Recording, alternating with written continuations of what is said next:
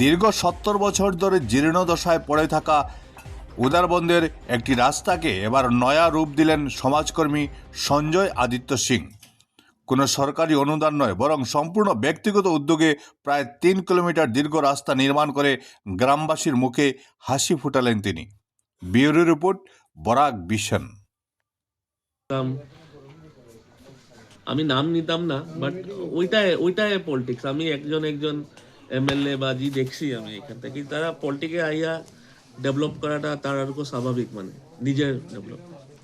আর আমি এখানে আসছি, আমি কাজ করিয়া, কোম্পানি ডেভেলপ করিয়া, আজি ৪,০০০-৫,০০০ মানুষ আমরা এখানে কাজ করে, কোম্পানি কাজ করে, এখন ডেভেলপমেন্ট আমরা করতেছি।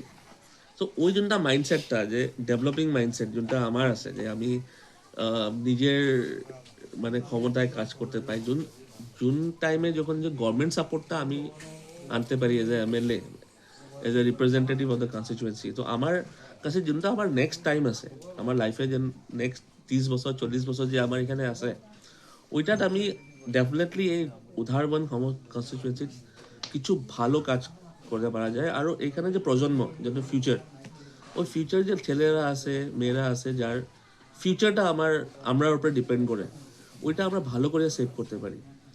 আনএমপ্লয়মেন্ট ইস্যুস আছে এখানে, পানির বহুত ইস্যুস আছে এখানে, ইন্ডাস্ট্রি আছে। তো যত পার্সোনাল লেভেলে যত কাজ করতাম, বাট একটা সময় গিয়া একটা ভালো গভর্নেন্স লাগে। দেখি রাস্তাটা কি স্যাংশন হয়েছিল না হয়েছে, বহুতবার হয়েছে, কেউ জানে না, কাগজে হয়েছে, করতে পারি না। সো একটা গভর্নমেন্ট আসলো, কংগ্রেস গভর্নমেন্ট, ওটা আপনি করতে লাগি না। বাট এখন তো ডেভেলপিং গভর্নমেন্ট, অত ভালো চিফ মিনিস্টার, যদি ভালো করি আমরা রিপ্রেজেন্ট করি যে আমার ডেভেলপমেন্টটা করতে লাগে, 100% হইব, কোনো চান্স নাই যে হইতো না।